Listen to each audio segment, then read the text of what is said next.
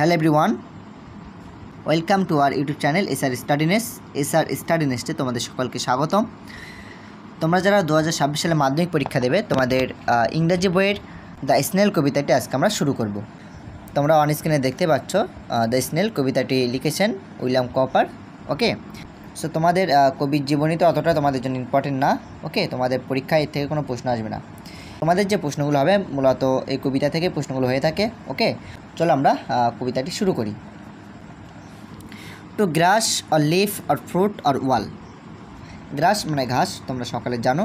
Leaf মানে পাতা, fruit মানে ফল, ওয়াল মানে দেওয়াল। Okay, the snail sticks close not fear to fall. Snail মানে শামুক, তোমরা সকলেই জানো, এটা একটা নাউন। ওকে, তার আগে যেটা দেখতে পাচ্ছ দা, এটা হচ্ছে আর্টিকেল। স্ট্রিক মানে আটকে থাকা। ওকে, টু ফিক্স আমরা বলতে পারি। এটা হচ্ছে এখানে ভার্ব হিসেবে ব্যবহার হলো, এবং যেহেতু এখানে সাবজেক্ট দ্য স্নেইল, এটা থার্ড পারসন সিঙ্গুলারে আছে, তার জন্য ভার্বের সাথে এস ব্যবহার হয়েছে। ওকে, যেহেতু এই সেন্টেন্সটি প্রেজেন্ট ইনডিফিনাইট টেন্সে করা আছে। ক্লোজ, ক্লোজ মানে কাছ থেকে। ওকে, তোমরা জানো। ফিয়ার্স, ফিয়ার্স মানে ভয়। হ্যাঁ, ফল, ফল মানে পড়ে যাওয়া। হচ্ছে two grass or leaf or fruit or ওয়াল। ঘাসে অথবা পাতায় অথবা ফলে অথবা দেওয়ালে দ্য স্নেল স্ট্রিক্স ক্লোজ। শামুক সে কী করে, সে নিবিড়ভাবে আটকে থাকে। ওকে, নট ফিয়ার্স টু ফল, তার পড়ে যাওয়ার কোনো ভয় নেই। অর্থাৎ শামুক সে গাছে অথবা পাতায় কিংবা ফলে, হ্যাঁ, অথবা দেওয়ালে এমনভাবে আটকে থাকে বা এত নিবিড়ভাবে সে আটকে থাকে যে সেখান থেকে তার পড়ে যাওয়ার কোনো ভয় নেই। ওকে, তার পরের লাইনটা আমরা দেখি। As if he grow their house and all together. As if যেন মনে হয়, হি গ্রো দেয়ার সে সেখানেই বেড়ে উঠেছিল, হাউস অ্যান্ড অল টুগেদার ঘর বাড়ি এবং সব কিছু একসাথেই সে যেন সেখানেই বেড়ে উঠেছিল। অর্থাৎ কবি এখানে বোঝাতে চাইছেন যে শামুক ঘাসে পাতায় অথবা ফলে বা দেওয়ালে এমনভাবে সে আটকে থাকে, তার সাথে এমন ক্লোজ থাকে বা এত সাবলীনভাবে বা এত নিবিড়ভাবে সে তার সাথে থাকে, তার সেখান থেকে পড়ে যাওয়ার কোনো ভয় নেই। হ্যাঁ, আর তাকে দেখে মনে হয় যেন শামুক সেখানেই সে বেড়ে উঠেছে, তার ঘর বাড়ি, হ্যাঁ, সমস্ত কিছু যেন একসাথে সেখানেই সে বেড়ে উঠেছে। ওকে, ওকে, নেক্সট তারপরে চলো। Within that house secure his Heights when danger imminent betides of a storm or other harm besides of weather. Within মানে মধ্যে, তোমরা সকলে জানো। হাউস মানে বাড়ি। সিকিওর, সিকিওর মানে নিরাপদ। ওকে, এটা এখানে অ্যাডভার্ব হিসেবে ব্যবহার হয়েছে। হাইটস, আসলে এটা ভার্ব ছিল হাইট। ওকে, HIDE, ঠিক আছে। যেহেতু এখানে সাবজেক্ট থার্ড পারসন সিঙ্গুলার, তার জন্য এখানে ভার্বের সাথে এস ব্যবহার হয়েছে। ওকে, হাইটস মানে তোমরা সকলেই জানো লুকিয়ে ফেলা, হ্যাঁ, বা লুকিয়ে পড়া। ডেঞ্জার মানে বিপদ। ইমিনেন্ট, ইমিনেন্ট অর্থাৎ আমরা বলতে পারি আসন্ন, অর্থাৎ যে বিপদ খুবই আসন্ন। সো ইমিনেন্ট এটা হচ্ছে আমাদের অ্যাডজেক্টিভ। আমি যে গ্রামাটিক্যাল যে পয়েন্টগুলো বলছি, কোনটা নাউন কোনটা অ্যাডজেক্টিভ, এগুলো তোমরা একটু মাথায় রেখে দেবে। ওকে, তোমাদের এগুলো পরে কাজে লাগবে। ওকে, বিটাইডস, বিটাইডস মানে হ্যাপেন। ওকে, অর্থাৎ ঘটা। অফ স্টর্মস, স্টর্মস মানে ঝড়। হ্যাঁ, other harm besides of weather. Harms মানে ক্ষতি বা ড্যামেজ। ওকে, আদার হার্মস অন্যান্য যে ড্যামেজ বা ইনজুরি আমরা বলি, ইনজুরি, হ্যাঁ, বা ক্ষতি। Okay, beside of weathers, besides of weather, weather মানে আবহাওয়া। ওকে, চলো এবারে আমরা ট্রান্সলেটটা দেখে নিই।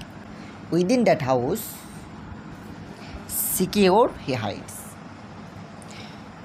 শামুক কী করে, সে ওই বাড়ির মধ্যে নিজেকে লুকিয়ে রাখে। ওকে, কখন লুকিয়ে রাখে?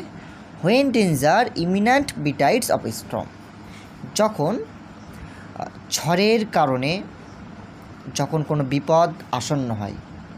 ওকে, or other harm besides of weather, অথবা আবহাওয়াজনিত কোনো কারণে যখন কোনো ক্ষতি ঘটে বা কোনো ক্ষতি হয়, ঠিক তখনই সে নিজেকে হাইড করে ফেলে, লুকিয়ে ফেলে।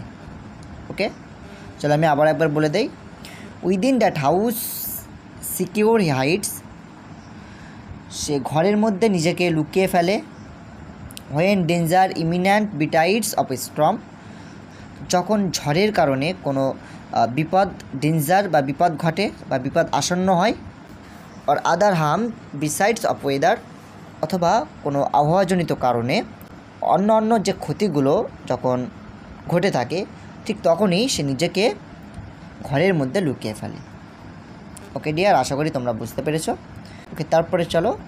গিভ বাট ইজ হন্টস the slightest touch, his self collecting powers is such, he shrinks into his house with much displeasure. Give মানে দাও, হর্নস, হর্নস মানে তোমরা সকলে জানো শিং। ওকে, হর্ন মানে শিং, পশুর শিংকে আমরা হর্ন বলি, কিন্তু এখানে আমরা সুর অর্থ করব, ঠিক আছে? যেহেতু আমরা ঝিনুক সম্পর্কে পড়ছি, তার জন্য আমরা এখানে সুর অর্থ করব, যেহেতু ঝিনুকের শিং থাকে না, সুর থাকে। ওকে, স্লাইটেস্ট, স্লাইটেস্ট মানে ভেরি লিটিল। ওকে, এটা হচ্ছে অ্যাডজেক্টিভ, স্লাইটেস্ট এটা এখানে অ্যাডজেক্টিভ হিসেবে ব্যবহার হয়েছে। ওকে, এটার অর্থ হলো খুব কম বা সামান্য বা অল্প। টাচ মানে স্পর্শ। সেলফ কালেক্টিং, সেলফ কালেক্টিং মানে তোমরা মনে রাখবে যে যখন আমরা নিজেদেরকে পরিবেশ থেকে বা নিজেদেরকে পারিপার্শ্বিক পরিবেশ থেকে যখন আমরা নিজেদেরকে গুটিয়ে নেই বা গুটিয়ে রাখি, সেক্ষেত্রে আমরা সেলফ কালেক্টিং শব্দটা ইউজ করি। অর্থাৎ সেলফ কালেক্টিং অর্থ হলো পারিপার্শ্বিক থেকে নিজেকে গুটিয়ে রাখা। ওকে, পাওয়ার, পাওয়ার মানে শক্তি। হ্যাঁ, শ্রিঙ্কস, শ্রিঙ্কস মানে সংকুচিত হয়ে যাওয়া বা গোটানো। ওকে, তোমরা এটা মনে রাখবে, এটা এখানে ভার্ব হিসেবে ব্যবহার হয়েছে, ঠিক আছে? ডিসপ্লেজার, ডিসপ্লেজার মানে বিরক্তি। ওকে, চলো আমরা ট্রান্সলেটটা দেখে নেই। Give but his horns the slightest touch, তার যে সুর আছে বা শামুকের যে সুর রয়েছে, সেই সুরে তুমি সামান্য স্পর্শ করে দেখো। His self collecting power is such, তার যে সেলফ কালেক্টিং যে পাওয়ার বা শক্তি, অর্থাৎ আত্মসংবরণের যে ক্ষমতা এতটাই যে he shrinks into his house with much displeasure, সে কী করে, সে ঘরের মধ্যে গুটিয়ে যায়, অর্থাৎ সংকুচিত হয়ে যায়, উইথ মাস ডিসপ্লেজার, খুবই বিরক্তির সাথে। ওকে, অর্থাৎ কবি এখানে বলতে চাচ্ছেন যে তুমি শামুকের সুরে সামান্য স্পর্শ করে দেখো, দেখলে বুঝতে পারবে সে কিভাবে নিজেকে পরিবেশ থেকে আলাদা করে, অর্থাৎ কিভাবে সে তার পারিপার্শ্বিক পরিবেশ থেকে নিজেকে গুটিয়ে নেয়, তুমি সেটা দেখতে পাবে। ওকে, সেটা কবি এখানে বোঝাতে চাইছেন। ওকে, চলো আমি আবার একবার ট্রান্সলেট করে দিই।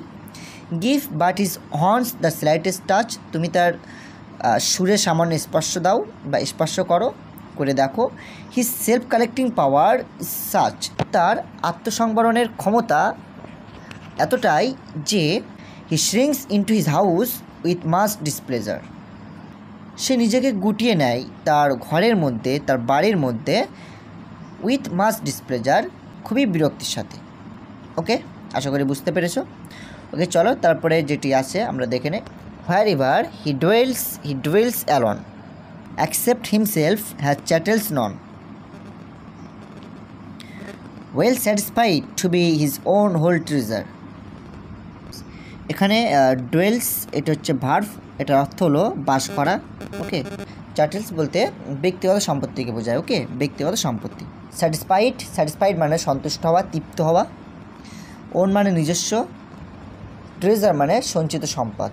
ওকে, হোয়ার এভার হি ডুয়েলস, যেখানে সে বসবাস করে, হি ডুয়েলস অ্যালন, সে একাকেই বসবাস করে।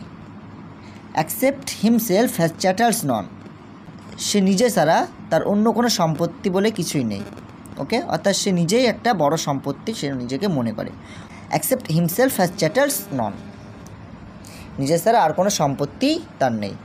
ওকে, well satisfied to be his own whole treasure, well satisfied সে খুবই সন্তুষ্ট, to be his own whole treasure সে নিজেকেই বড় সম্পদ হিসাবে পেয়ে। অর্থাৎ কবি এখানে বলতে চাইছেন যে যেখানেই সে বসবাস করে সে একাকী বসবাস করে। ওকে, তার সঙ্গী সাথী বলতে কেউই নেই। সে নিজেই হচ্ছে একটা বড় সম্পদ, তাছাড়া কোনো সম্পদ তার নেই। আর এতে করেই সে খুবই তৃপ্ত, খুবই সন্তুষ্ট, হ্যাঁ, নিজেই নিজের সম্পদ হিসেবে পেয়ে। ওকে ডিয়ার, আজকের ক্লাস তাহলে এই পর্যন্তই। আশা করি তোমরা বুঝতে পেরেছো। যদি তোমাদের কোথাও ডাউট থেকে থাকে অবশ্যই তোমরা কমেন্ট বক্সে লিখবে, অথবা তোমরা ক্লাসটি পুনরায় আবার দেখতে পারো। আশা করি তাহলে তোমাদের ডাউট ক্লিয়ার হয়ে যাবে। Okay, thank you for watching this video. দেখাবে পরের ভিডিওতে।